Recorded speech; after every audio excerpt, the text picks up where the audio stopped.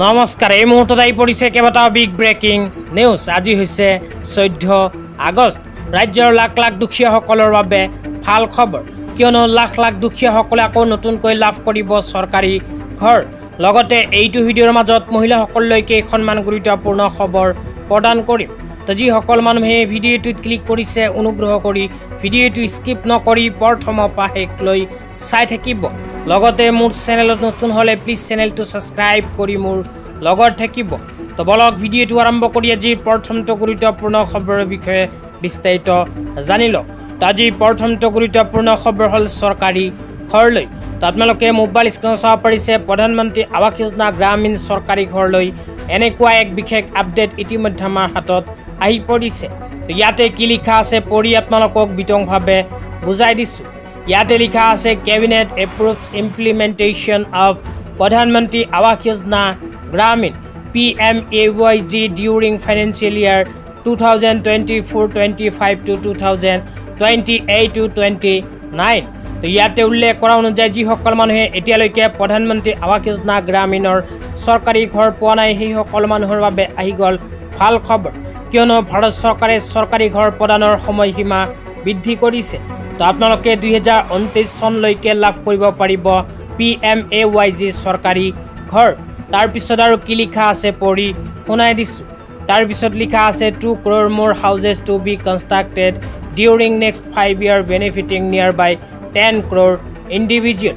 তো ইয়াতে উল্লেখ কৰা অনুযায়ী আকৌ নতুনকৈ 2 কোটি মানুহে লাভ কৰিব PMAYG চৰকাৰী ঘৰ। ভাৰত চৰকাৰে 5 বছৰৰ ভিতৰত 2 কোটি মানুহক নতুনকৈ চৰকাৰী ঘৰ প্ৰদান কৰিব। তাৰপিছত একেবাৰে শেষত কৈছে updating Awas plus list for identifying eligible rural household using modified excluding criteria. তো আপোনালোকে যদি নতুনকৈ চৰকাৰী ঘৰৰ বাবে আবেদন কৰিব বিচাৰি আছে তেন্তে আপোনাৰ বাবে সোণালী সুযোগ। আপোনালোকে অতি শীঘ্ৰেই কৰিব পাৰিব চৰকাৰী ঘৰৰ নতুন আবেদন। তেতিয়া আপোনালোকক দিবলৈ আহিছোঁ আজি দ্বিতীয়টো খুবেই গুৰুত্বপূৰ্ণ খবৰ।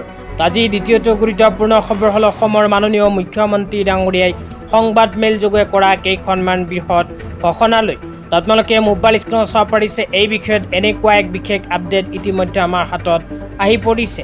ইয়াতে লিখা আছে শিৱসাগৰ, চৰাইদেউ, যোৰহাট আৰু গোলাঘাট জিলাৰ বানত ক্ষতিগ্ৰস্ত প্ৰতিটো পৰিয়াললৈ DBT যোগে 15,000 টকাকৈ আন্তঃৱৰ্তীকালীন সাহায্য। ইতিমধ্যে অসমৰ মাননীয় মুখ্যমন্ত্ৰী ডাঙৰীয়াই শিৱসাগৰ, চৰাইদেউ, যোৰহাট আৰু গোলাঘাট জিলাৰ বানত ক্ষতিগ্ৰস্ত পৰিয়াললৈ DBT যোগে প্ৰদান কৰিলে 15,000কৈ টকাৰ আৰ্থিক সাহায্য। 2 নম্বৰত কৈছে বানত দুৰ্ভাগ্যজনকভাৱে মৃত্যু হোৱা পৰিয়াললৈ 9 লাখকৈ টকা। তো যিসমূহ মানুহৰ বানত মৃত্যু হৈছে সেইসমূহ পৰিয়াললৈ 9 লাখকৈ টকাৰ আৰ্থিক সাহায্য প্ৰদান। চলিত বানত উদ্ধাৰ অভিযানত 31,225তকৈ অধিক লোকক উদ্ধাৰ কৰিছে চৰকাৰে। তাৰপিছত কৈছে 80,076 লোকক আশ্ৰয় প্ৰদানেৰে 257টা সাহায্য শিবিৰ কাৰ্যক্ষম হৈ আছে। তেতিয়া আপোনালোকক দিবলৈ আহিছোঁ আজি তৃতীয়টো খুবেই গুৰুত্বপূৰ্ণ খবৰ। আজি তৃতীয়টো গুৰুত্বপূৰ্ণ খবৰ হ'ল অৰুণোদয় 3.0 আঁচনিলৈ। তো যিসকল মহিলাৰ নাম অৰুণোদয় 3.0 আঁচনিত অন্তৰ্ভুক্ত হৈ আছে আৰু যোৱা 1 আগষ্ট তাৰিখে নিজৰ বেংক একাউণ্টত অৰুণোদয় 3.0 আঁচনিৰ 1,100 টকা আৰু 2,500কৈ টকা লাভ কৰিছে সেইসকল মহিলাই অতি শীঘ্ৰে আকৌ দ্বিতীয় কিস্তিৰ ধন লাভ কৰিব। তো দ্বিতীয় কিস্তিৰ টকা কেতিয়া লাভ কৰিব সেই বিষয়ত আপোনালোকক জনাই দিছোঁ। অসম চৰকাৰে যিহেতু অৰুণোদয় আঁচনিখন আৰম্ভ কৰাৰ পিছৰ প্ৰায় প্ৰতি মাহৰ 10 তাৰিখটো অৰুণোদয় আৰু পেঞ্চনৰ দিন হিচাপে ঘোষণা কৰিছে। সেইকাৰণে আমি ক'ব পাৰোঁ যে অহা 10 ছেপ্টেম্বৰ তাৰিখে হয়তো মহিলাসকলে আকৌ দ্বিতীয় কিস্তিৰ টকা নিজৰ বেংক একাউণ্টত লাভ কৰিব পাৰিব। আৰু যিসকল মহিলাই অৰুণোদয় আঁচনিৰ টকা যোৱা 1 আগষ্ট তাৰিখে পোৱা নাই সেইসকলে এইটো ভিডিঅ'ৰ কমেণ্ট বক্সত কমেণ্ট কৰি জনাই দিব। তো ধন্যবাদ।